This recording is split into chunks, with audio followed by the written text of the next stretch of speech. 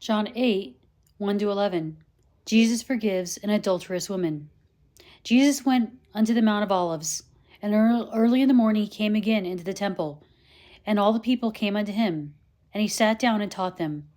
And the scribes and Pharisees brought him a woman taken in adultery. And when they had set her in the midst, they said unto him, Master, this woman was taken in adultery, in the very act.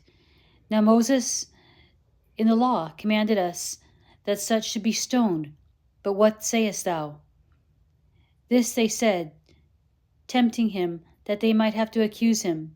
But Jesus stooped down, and with his finger wrote on the ground, as though he heard them not. So when they continued asking him, he lifted up himself and said unto them, He that is without sin among you, let him first cast a stone at her. And again he stooped down and wrote on the ground. And they which heard it, being convicted by their own conscience, went out one by one, beginning at the eldest, even unto the last. And Jesus was left alone, and the woman standing in the midst. When Jesus had lifted up himself, and saw none but the woman, he said unto her, Woman, where are those thine accusers? Hath no man condemned thee? She said, No man, Lord. And Jesus said unto her, Neither do I condemn thee. Go, and sin no more.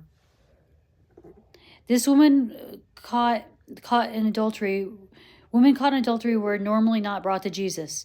The scribes and Pharisees were seeking to trick him to see whether he would uphold the law or defend the sinner.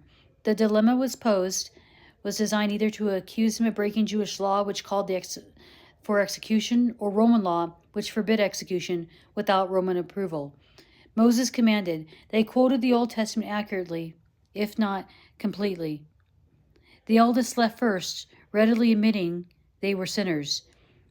Jesus was the only one who could have condemned her, but he did not, partly because such cases demanded 2 or more witnesses. Also, he knew she was repentant, which explains why she did not flee from her when her accusers left. Jesus did not take her sin lightly. Rather, he commanded her, Sin no more. Neither do I condemn. The prerogative to forgive sins is a divine one. So in this instance, Jesus demonstrates his deity.